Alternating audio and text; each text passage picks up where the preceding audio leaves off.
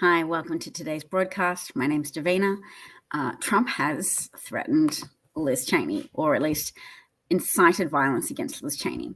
And I refer you all to this article from Rolling Stone in 2023 because it notes that Donald Trump plans to bring back firing squads and group executions if he retakes the White House. He wants to expand the use of the death penalty and expand the federal government's options for carrying out death sentences. So every day, when they always have some answer to excuse or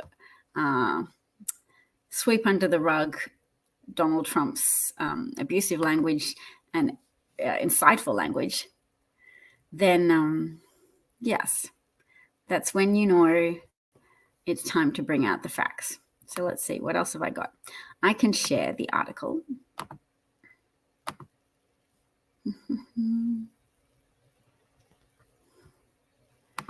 From Rolling Stone itself. So that was a screenshot of a headline on Twitter, formerly known as Twitter. Here we go. So that was what I was reading from. I've got to say no thank you. I don't need live updates. But here we go. This was published February the 14th, 2023. So when he describes Liz Cheney and says, how would she like a 9-barrel shotgun pointed at her face? That's a great photo for communicating Trump's fascist intensity face. But we don't fall for the plausible deniability. Yes, Trump will insert some language to say, oh yeah, I'm just doing it to say how she'd like it. I'm just discussing what is morally due to Liz Cheney because she's a war hawk. She's not advocating for any current wars.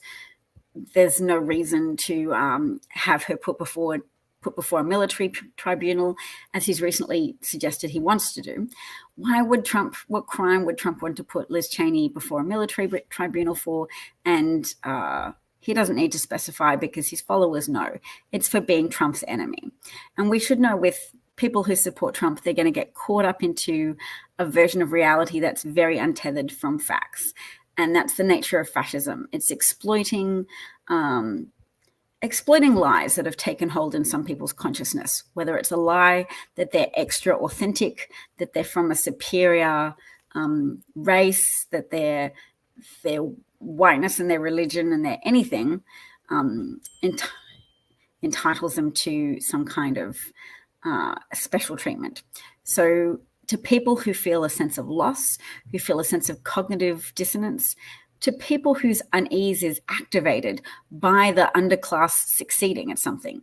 So Barack Obama becoming president and his wife, a smart, high-achieving, exceptionally talented orator, Black woman, Michelle Obama, occupying the White House, that triggered a lot of irrational levels of what I'm going to call negative partisanship, but other people would call maybe just pushback. There's been pushback every time there's been an advance in civil rights from people who feel more strongly compelled to organize, whether it be in the KKK, whether it be in the Tea Party, but the racist foundations of the Tea Party, the racist denialism of the improvements to the economy under Obama as he wrestled the recession set in motion by George H.W. Bush to the ground and helped put America's economy back on track. The fact that it's so little known that 10 out of the last 11 recessions in the United States since World War II have begun under Republican presidents. That's because Republicans have made themselves into a big tent that can accommodate races and people who still have a low standard for evidence if it comes to a derided, denigrated minority group. The history of vilification that this country has put up in order to help people celebrate their heroes and ignore the the moral turpitude of how its wealth origin story. Now, its wealth continuance story is migrants. America built huge geopolitical significance in the world through wealth that was derived from slavery and slave-adjacent industries that had profit margins that were good because there was no paid labor force, because of the exploitation and dehumanization of a whole race of people with a certain color of skin helped justify.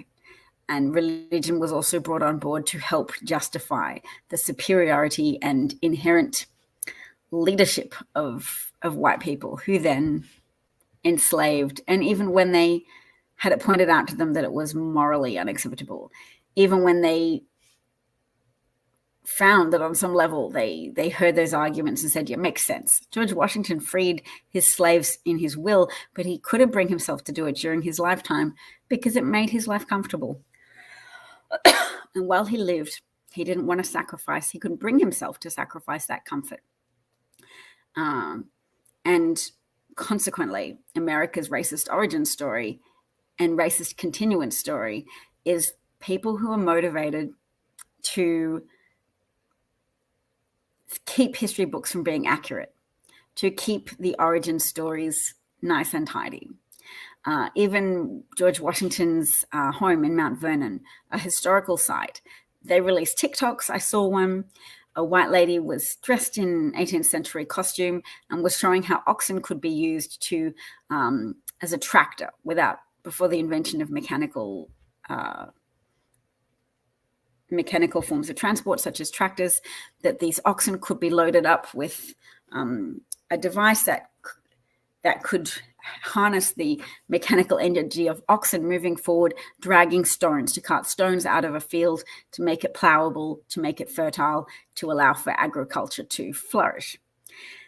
And because they had a white woman emphasizing how the tractors were the oxen, completely excluded mention of the real people who would have been supervising the oxen and loading the cart up with the stones in the first place and doing the hard backbreaking labor component. And it was enslaved African people. Some people aren't comfortable admitting that. And that's the origin story of how Trump's in office as well, because Trump's in office because he speaks to people who need to have the unpleasantness of cognitive dissonance soothed, for the people whose psyches were abraded by a Black president. Because you're not special. You're not special, and maybe you are the beneficiary of some injustices, or maybe you can't just hope to get ahead by virtue of being white, and you can't feel superior to people of other races if Black excellence exists. Because maybe then it's true that previously Black people's excellence was obstructed. And none of those truths are palatable to those who've heard it and haven't had access to books to expand their worldview. To those who have the shrunken worldview, like a Grinch whose heart grew 3 sizes by the end of the book, How the Grinch Stole Christmas, there are a lot of Americans who will vote for Donald Trump because they don't need to grow, because he will make their worldview make sense again. And he will affirm and validate their worldview. And he'll simplify things so that if you're anxious about crime, he's going to take care of it, because he's going to deport all of the people responsible for crime. And he's going to tell you the easy answer, that crime is easily containable by deporting all undocumented migrants, as if that's the only people who commit crimes. As if it's not true that Americans who have been born here are likely to commit crimes at a higher rate, whereas both documented migrants and undocumented migrants commit crimes at lower rates. Undocumented migrants probably want to or have a powerful motivation to stay clear of the law. And documented migrants are often people who have have a strong incentive to be model migrants. They've managed to have the documents, work their way through the extremely challenging process of migrating to this country. And I'd know I'm a migrant to the United States. Although my husband has borne the burden of doing a lot of the forms, and I'm on a spouse visa. But I'm just telling you, it's difficult. There's a lot of work. There's a lot of questions you have to answer, and on a repeat basis as well. Until you have a green card or citizenship, you have to keep renewing your visa every 2 years, and you have to leave the country in order to do so. And it's a lot of work. But that's to say, I'm aware that my struggles are nothing compared to the people who, in fear of their lives, try to come to America because America is perceived accurately as being a bastion of success. That's to be celebrated. You don't want to be the kind of country that nobody wants to migrate to, that nobody is desperate to flee to in order to build a safer, prosperous life for their family.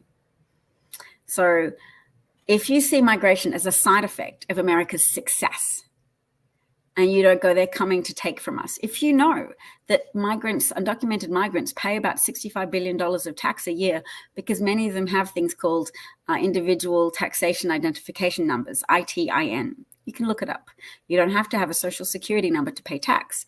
But many employers, particularly in the agricultural industry, will help their employees fill out and obtain ITINs, individual taxation identification numbers, so that the tax can then be deducted from their pay, and then they'll be able to eventually demonstrate a record of having paid tax in this country. And under a Democratic president or a Democratic Congress as well, they'll be able to demonstrate civic participation, payment of taxes for a long period. And that will help their claims to a responsible presence in this country and enhance their claims for citizenship in a sane process. But Republicans don't want a sane process for migration because they want to continue to frame the issue as being something that Democrats are weak on and they're strong on.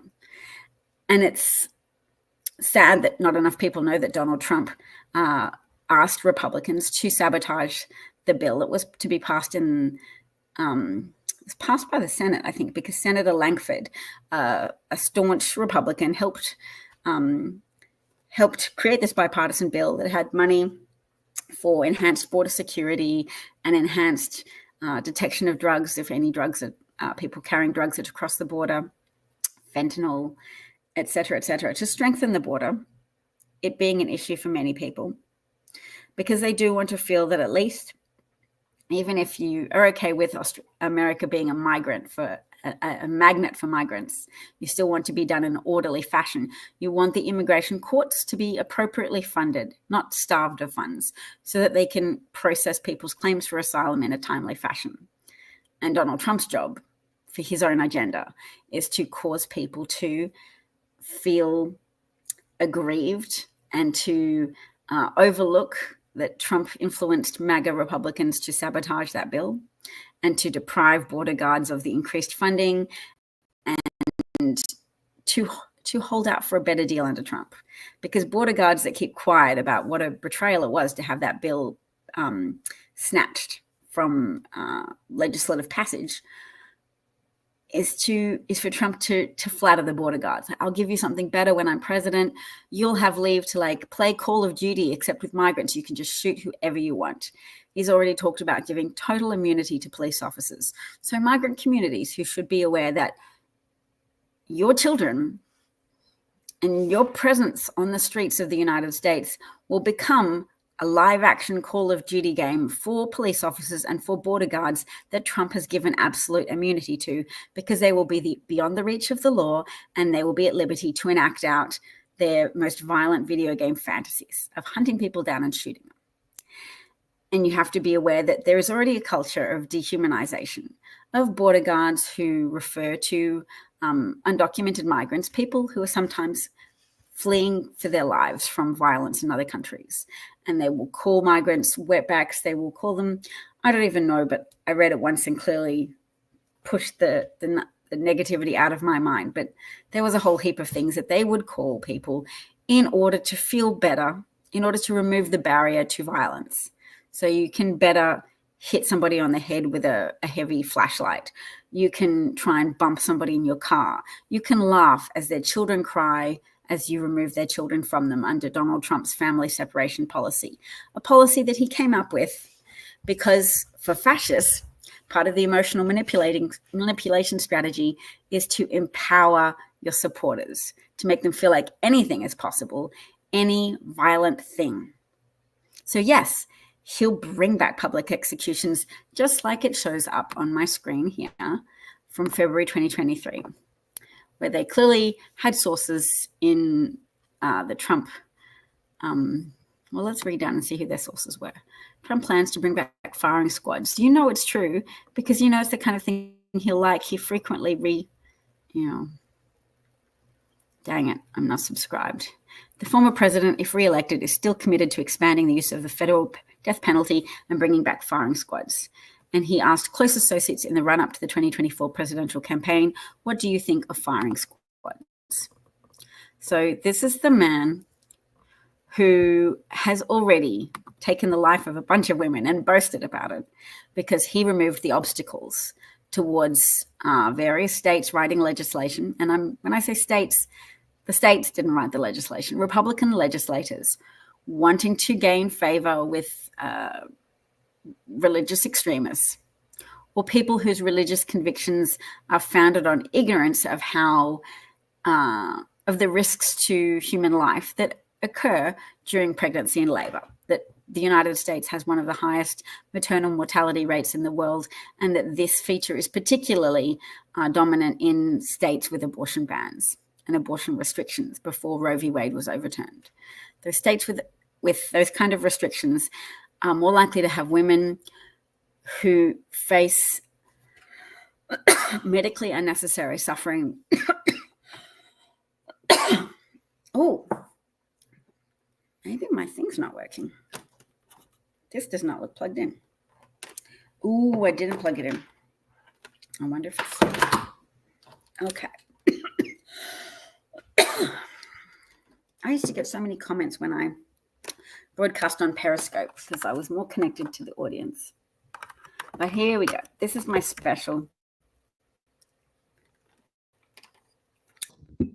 There we go. How's that? Is the audio better now? So I'll make myself smaller and I'll make this bigger. All right. So I just want you to see that Trump has promised to expand the use of federal executions and bring back firing squads if he retakes the White House.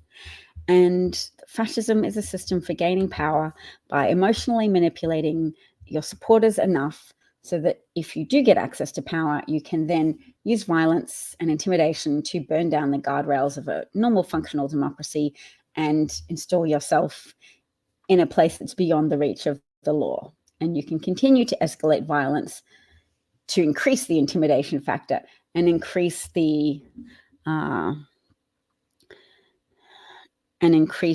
loyalty of your supporters who will look up to you as like a god, someone who wields the power of life and death.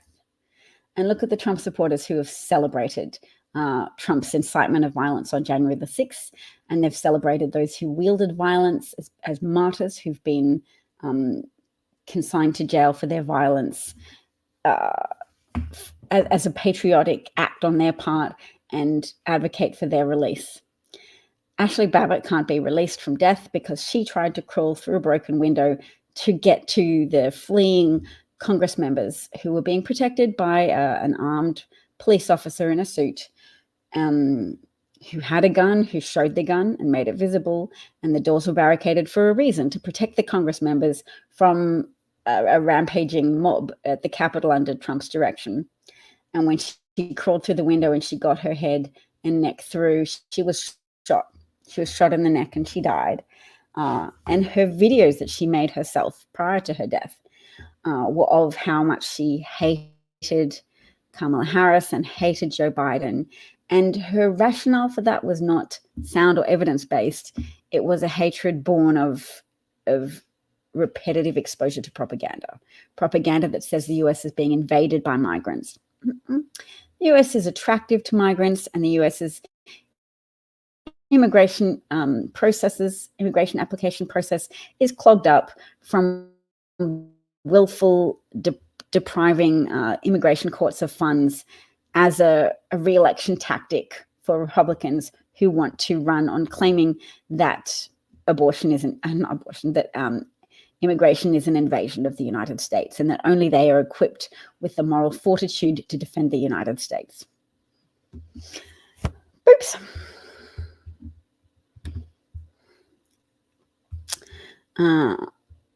What I might do now is switch back to this. I'm going to switch back to Twitter.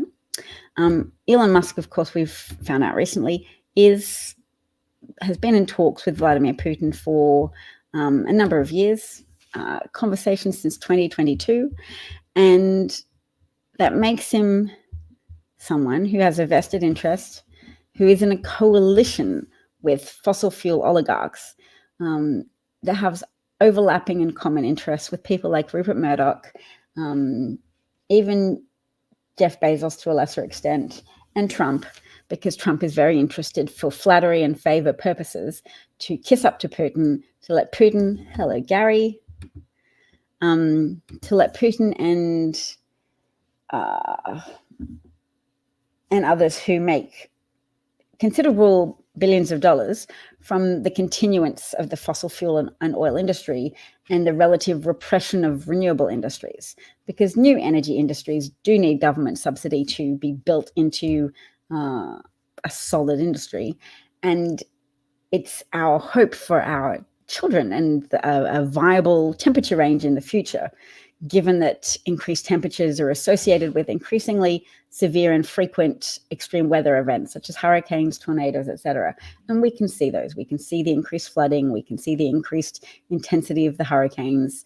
Hurricanes occurred before, but they're occurring increasingly frequently, and they're more likely to be severe as well. They're experiencing 1 in 1,000-year hurricane on a yearly basis now, and it's only going to escalate, because if you know anything about an exponential curve, it goes up rapidly, and you hit a tipping point with climate change, and then you've unthawed the frozen tundras, and all the methane stored underneath the frozen water is released into the atmosphere, and methane is a potent heat trapping gas, and that impacts the viability of human civilization going forwards. Now, if you have children, as I do, or if you care about the viability of human civilization, you will want a president in office whose primary motivation is not to preserve and protect the profits of oil and gas barons, robber barons of the current age, including Vladimir Putin, who derives a considerable profit share from all of the oil and gas barons, fossil fuel barons in Russia, and is clearly very territorially acquisitive. And Ukraine is also home to considerable fossil fuel resources, and obviously Putin's personal interests are very motivating to him, because he's happy to mass murder hundreds of thousands of his male citizens by throwing them into a war where they're not properly equipped and they're not as motivated as the Ukrainians are to defend their country from the murder, rape, and pillaging of an invading army. So America supports Ukraine, but Trump has managed to make it a contentious issue, again, for re-election purposes. And I got mad at my own half-sister for saying that she was just interested in peace, so she didn't think anybody should send Ukraine weapons. And I was upset because I have family from Lvov, which is now called Lviv. So my family were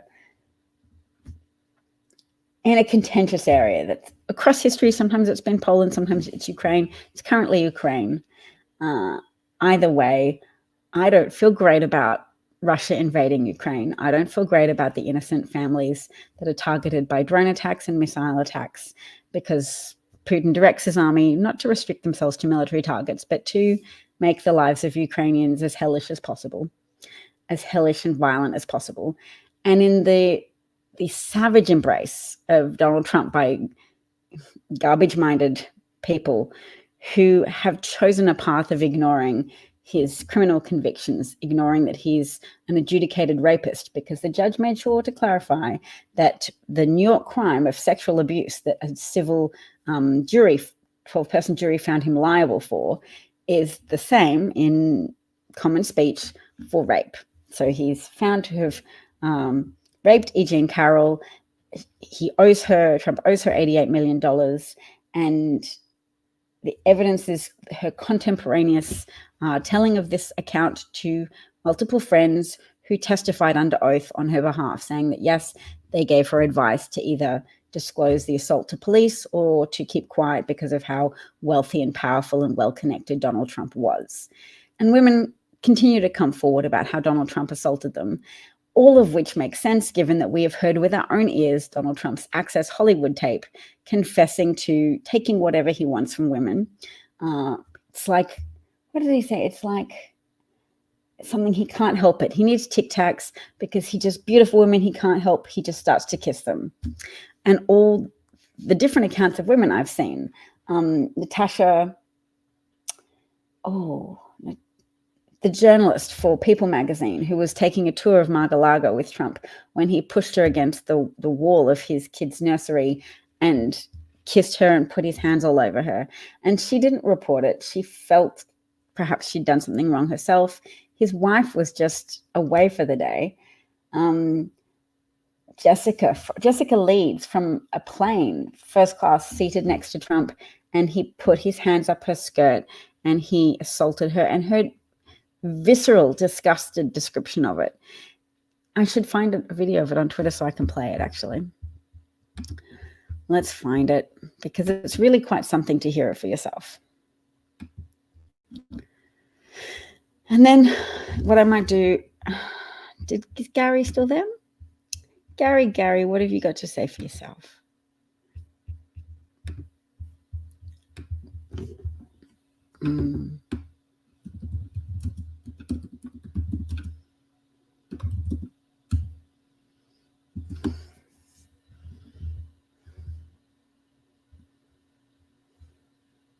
Oh, yes, some Army veterans calling out Trump, saying that he'll protect women whether they like it or not. Women don't tend to like that language. Doing a man saying they'll do what they want to you, whether you like it or not. Oh, that's another one. A 28th woman has accused Trump of sexual assault. Beatrice believes her height, she's 6 foot, was the only reason she escaped. He jumped on me. Okay, well, let's hear her say it for herself. I'm a Daily Mail reporter, and I've got some breaking news for you. Donald Trump jumped on a blonde 6'1" model and groped her while she tried to fight him off at a beauty pageant in 1993. He was working with Jeffrey Epstein to recruit young women for his parties. So I'm a reporter for the Daily Mail. I just published a story about all of this. The woman is called Beatrice Curl. She was 22 years old when she got invited to the Donald J. Trump American Dream pageant, which was held in New York and Atlantic City in November 1993. She flew from Zurich and was introduced to Trump along with around 50 other young female contestants. Beatrice told me Trump paid her special attention at a press event for the pageant, telling her, "We finally meet Miss Curl," and talking for about 15 minutes with her. Beatrice said after the public event, a Trump staffer told her that the real estate magnate wanted to meet her up at his suite. And she claimed that as soon as she entered the room, Trump jumped on her, tried to lift her dress, and was touching her body everywhere he could. I entered the suite and looked around. And when I turned, in absolutely no time, he jumped on me, kissed me all over, wrapped me all over, and I was totally perplexed and blocked first, and then I tried to tell him that this is absolutely not the way it works in Europe, and that I don't want to.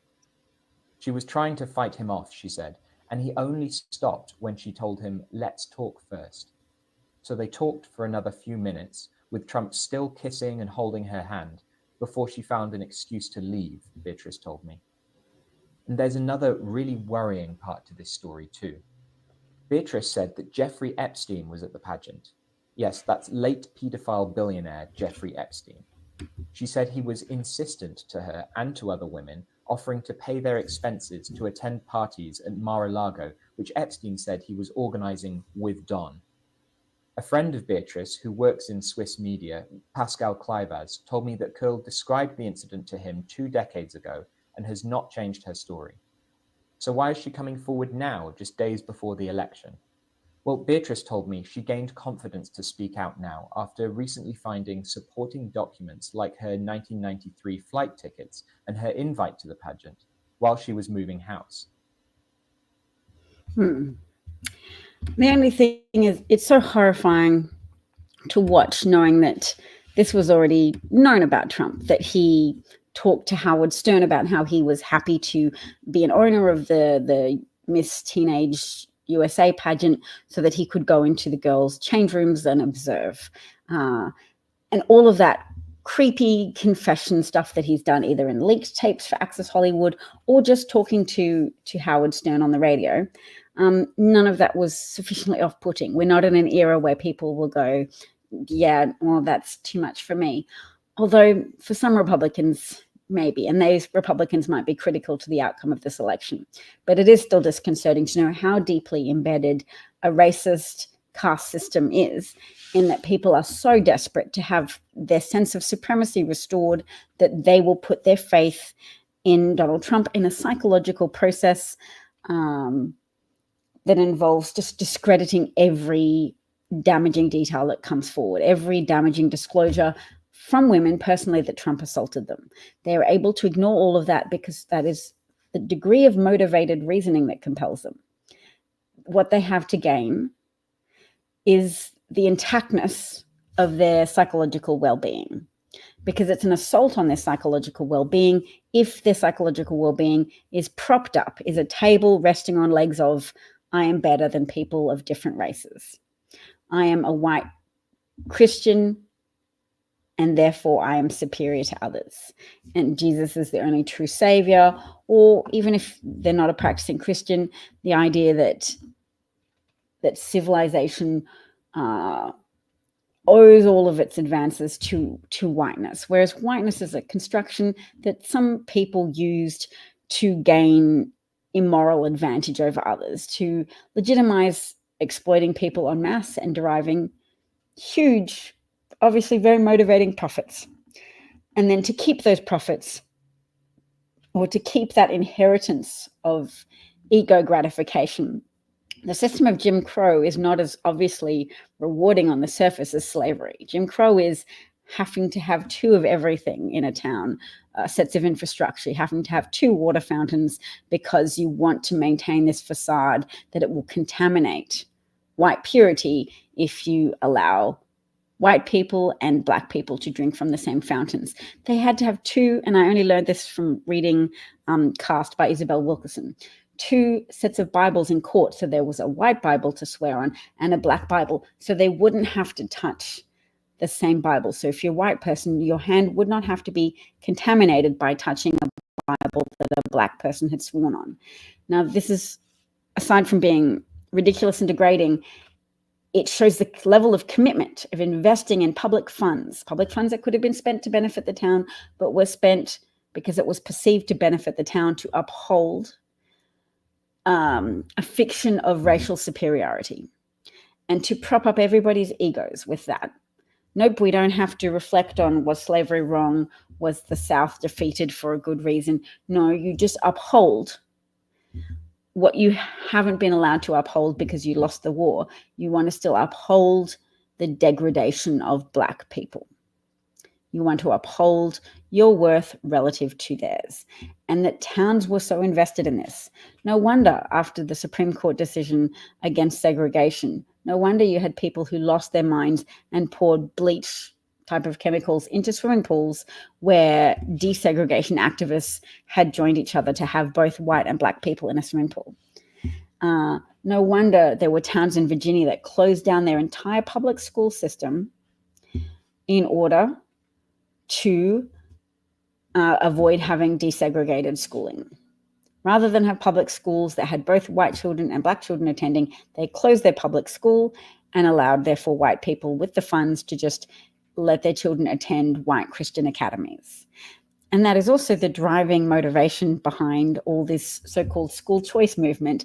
They want taxpayer dollars to be able to be given to parents who want to send their children to white-only Christian academies, or just whites-only academies, or homeschool them with massive amounts of vouchers so that they can attend Disneyland or do all manner of extracurricular activities at the expense of the public education system, at the expense of children who live in more rural communities, who cannot themselves pay to attend private schools, who attend public schools for which are developed, which have been built, which are maintained for the good of the American people. So the whole idea of what's good for the American people is distorted under a despot like Trump, but also a white supremacist despot like Trump, so that white people who feel they are owed a especially big share of American wealth, and that wealth can be denied and not shared with in a more generalized fashion through the maintenance of public schools. No. So I hope that makes sense to some people, and that you, in hearing this, can begin to recognize what I'm saying as truth, that those who have Trump derangement syndrome in terms of blindness to Trump's criminality, self-serving, vicious, immoral behavior, and that he wanted to start a war with Iran in the final days of his term in office after losing the election, but before Joe Biden's inauguration on January the 21st, 2021, Trump asked the military to prepare a plan for him of what can happen if we fire missiles at Iran. And General Mark Milley, who was then the leader of the Joint Armed Forces, said, no, that would be a bad idea. You can't do that. You can't start a war just to build a case that you should stay in office, just so that you can say, oh, the election's just been so contentious, but now we need a rally around the flag effect. We need to all just let me stay in office because we're at war with Iran now. And when we're at war, you've all got to just support whoever is in office, and that's me. Very few people know about it because it was a little reported on story written in the New Yorker magazine by Susan Glasser, who interviewed Mark Milley. Now, Mark Milley, it's hard for him to make his voice heard loudly. He gives interviews and lets them kind of pass by relatively unnoticed, except for people like me, who are like a dog with a bone on trying to help people get on board, help people leave behind the pleasant fantasies and pie in the sky promises of a manipulative fascist, and instead accept the truth about Trump's time in office, that he caused a manufacturing recession, that he paved the way for stripping women of legal standing, so that now modern medicine is no longer available to women going through medical emergencies. That Neve Crane, a Texan teenager, died in 2003 after being turned away from 2 emergency departments, first with a misdiagnosis of sepsis, misdiagnosis of strep throat, because she had a fever, but she was also bleeding and had abdominal cramps and was pregnant. And then the second hospital diagnosed her with sepsis, but said there's still a detectable fetal heartbeat, so home you go. And the third hospital wanted to have 2 ultrasounds to confirm fetal demise before they would treat her for the sepsis. So she's dying at this point. She's getting close to death. Her vital signs are showing the potential for imminent collapse. But Neve Crane is told, we need ultrasound, and now we need another confirmatory ultrasound, because this is all doctors facing a potential 99-year jail sentence, very motivated to cover their butts. And wouldn't you be very motivated to cover your butt if you're facing a 99-year jail sentence? So what the Texan legislature have done, what Republicans in power have done, is incentivize hospitals having to gamble with women's lives versus staying out of jail. Because women might survive sepsis. Sepsis is the sequelae of an infection taking over your body. And women can get this because pregnancy opens us up to the potential of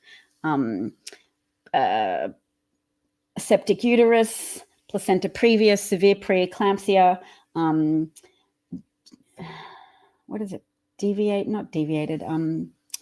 placental abruption, chorionic amnionitis, as well as ectopic pregnancies. I tried to learn some of these terms, not because I'm an OB-GYN, but just because OB-GYNs are leaving Republican states.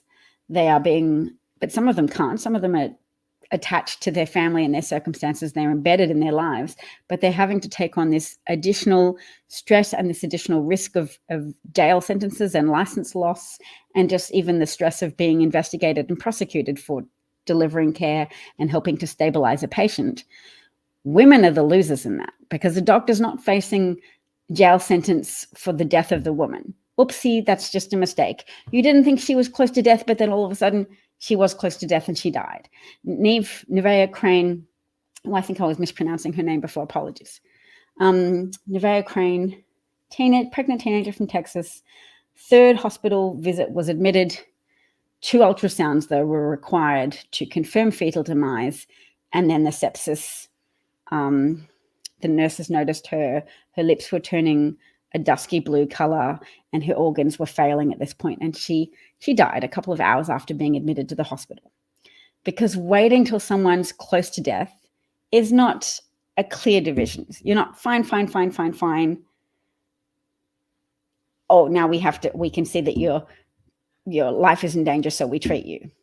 It's fine. Well, fine, but potential for death if untreated, potential for loss of uterus and loss of future fertility, potential, or accelerated potential.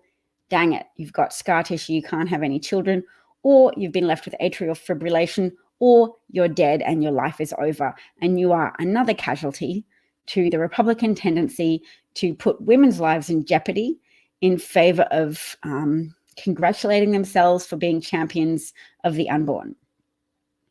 Now, I wonder if I'd better go, but I'll come back again, hopefully soon.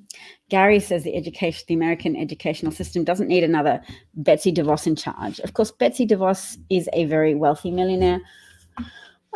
Billionaire, sorry. What did she inherit? Hi, sweetie. Mommy's broadcasting. You want to say hi on the broadcast? Okay.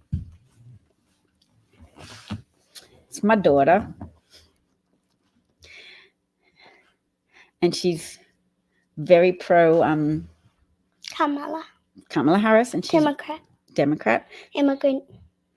She's not an immigrant, but her parents were immigrants. Pro-immigrant. Oh, okay, I missed the pro. And I have taught you to be very pro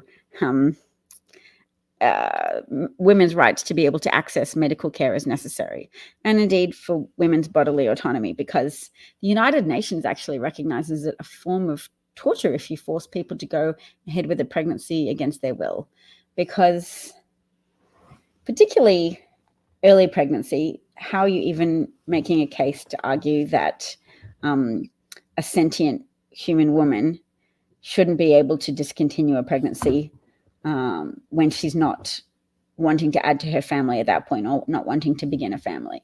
You're talking about a non-sentient clump of cells, and we don't get all angsty with men who throw away a sock or wash a sock. Anyway, this is a tricky conversation for me to have now in front of you, baby. This is a list your brother made of different candies. How many he got of different candies? Do you want to add to that list for you, or just go discuss that list with your brother and you can get a snack? Can I talk to you after though? Yep. Okay, when are you going to finish? I'm going to finish in 5 minutes. Does that sound good? Perfect. Okay. You're precious. Yeah. Can I have something to say? Oh, you have something to say? To me or to the broadcast? Just to me. Oh, I'm excited. All right. Well, you go make that list and have a snack, and then I'll come chat to you, okay? 5 minutes. Beautiful girl. Be quick. And vote. Make sure to vote for Kamala Harris. Every vote helps, because if she wins the majority, then she's gonna be really helpful to our country if she wins the majority for a state. Each time she wins a state, she gets a bunch of points, and that'll really help her. Oh, yes. In the electoral college system, different states are appointed different number of electoral college votes. So you've got to win a majority of those. She can't just win an outright number of the votes. This is true. I mean, she's a little young for me to try and teach her, although maybe she's overheard me say it on the internet, but the electoral college system is still a vestigial, leftover, archaic bit of compromising with pro-slavery white Christian landholders who rationalized the process of enslaving people and continuing to enslave them and their family members. So chattel slavery, which has got extra layers of immorality and persecution to it. And then the electoral college system allows for states to have a winner-takes-all system and be awarded all of the votes for a little state. And then it puts a thumb on the scale for white conservative voters, white rural conservative voters. The smaller states that are dominated, or low population states that are dominated by agricultural industries, often have inherited farms and inherited wealth and inherited ideology of racial hierarchy, levels of superiority, or superiority versus inferiority, a more incentivized residual system of caste. And Jim Crow is evidence of the persistence of that in certain states. Jim Crow being a very complicated system of maintaining segregation by having two systems of some things and complete exclusion of other things. So you can't really say, oh, it's separate but equal if you have a white drinking fountain versus a drinking fountain that black people can use, because the purpose of having two of everything, the implicit purpose of it, is to denigrate black people and to enforce and reinforce the idea that they are less than and cannot be allowed to contaminate the purity of the white people. And today you'll see on Twitter, I see a lot of them. I spend too much time on social media. You see a lot of people who still feel comfortable sticking their heads above the parapets to say, oh, that woman deserves what she got having a mixed race child. And it's funny because they're mixed in amongst Trump supporters who will stoutly deny being racist. And they'll be like, no, not racist, no individuals. And I recognize their worth, and I'm look at how friendly I am with them, and how much I like LeBron James, or how much I like this black man who runs a business to help children mow lawns. Look at me. I like black individuals. But liking black individuals does not prove that you are not racist, because racism is being prepared to accept the lower burden of evidence that the people with black skin color overall are inferior. All right, I promised my daughter I would go find out whatever news she's brought home from school. Please continue to consider, and I know there's lots of men out there who've personally experienced their wives and their partners having an ectopic pregnancy, needing medical intervention. There are families who've passed down law within their families of, if you're having a pregnancy emergency, don't go to a Catholic hospital because they won't treat you. Your continuation of existence is secondary to their performative morality around preserving or not even preserving fetal life, because often when the mother dies, the fetus and the unborn infant dies as well. So preserving their own clean hands to be able to say, we didn't participate in ending an unborn life. We consider life to begin at conception. The church didn't always consider life to begin at conception, but it's modern theology, and we have not dirtied our hands. We might have let a woman die, but we didn't take away the life of the fetus. The woman was going into septic shock, but we didn't terminate her pregnancy. Now, pregnancy termination, once again, abortion is the medically recommended treatment for a host of conditions in which a woman's medical condition is deteriorating, and if she's had premature rupture of membranes, she can be bacteria can be introduced into her body through the vaginal canal. If there's a rupture of membranes, if there's some reason the baby's head has started to come out too early on in the pregnancy, the woman is at risk of developing sepsis, a life-threatening stage of infection in which all of your body organs can begin to shut down, and your oxygen rate can lower, and your blood pressure can plummet, and your lips can turn dusky blue, as they did in the case of Nivea Crane, who died in 2023 as a consequence of laws introduced to put an infant, an unborn infant, on a legal pedestal above that of a woman, so that you can gamble with a woman's life and face no legal consequences, but the medical establishment has to fear the 99-year jail sentences for doctors who are found to have taken the life of an unborn infant, to have terminated a pregnancy. And that's then a medically necessary treatment that is now off the table, and pregnant women are in more of a class of legal untouchables. We are experiencing what it's like to be in a significantly denigrated, vilified caste at the moment in those Republican-governed states, and women with enough brains to not want that malaise to spread elsewhere have already voted against Donald Trump, because it doesn't matter that he's said, oh, I won't pass an abortion ban. It's in Project 2025, and the people who wrote that are former Donald Trump staffers. His former head of the Office of Bureau Management, Russ Vought, who's got a lot of religious plans to fight back against secularism, against people not having the same level of religious convictions as before.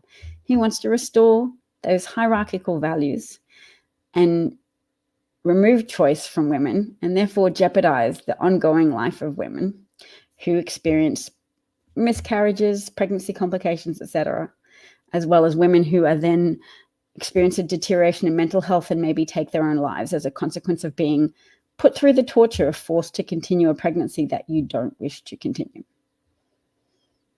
In Romania, when they introduced nationwide abortion bans, the rate of death and suicide of pregnant women went up significantly. All right, take care.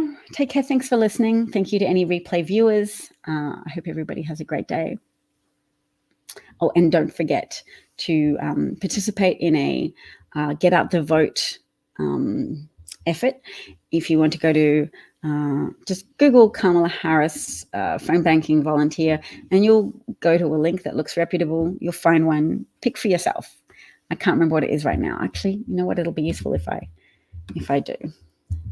Kamala Harris phone bank. I'll just write Get Out the Vote. Volunteer.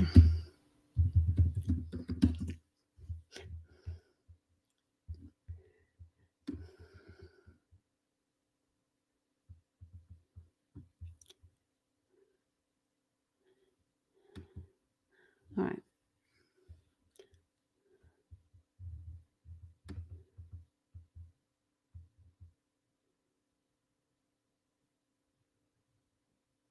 Okay. go.kamalaharris.com, and then you'll go to Get Out the Vote. There's one that says button that says make calls. Make a plan at iwillvote.com. That's good. Voting rules vary by location, but there are easy resources you can use to check your registration status, explore your voting options, and track the status of your ballot. Check your registration status, check if you're registered to vote, decide how you will vote, vote in person or during early voting.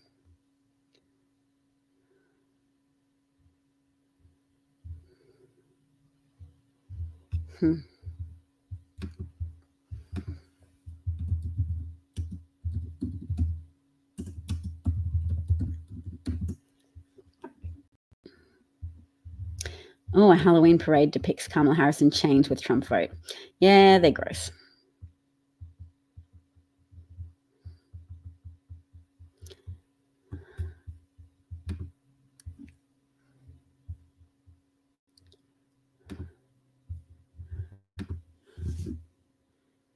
If you go to, there's one today at 4:00.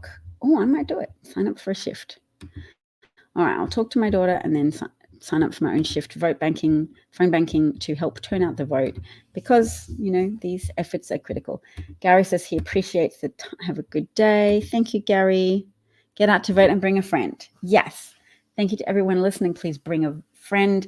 Please let them know. I can honestly tell you from personal experience growing up with family members who had experienced surviving the Holocaust, who had lost family members who were killed by fascists who ran with escalating violence and a series of shifting targets of who to chase after and imprison and kill next.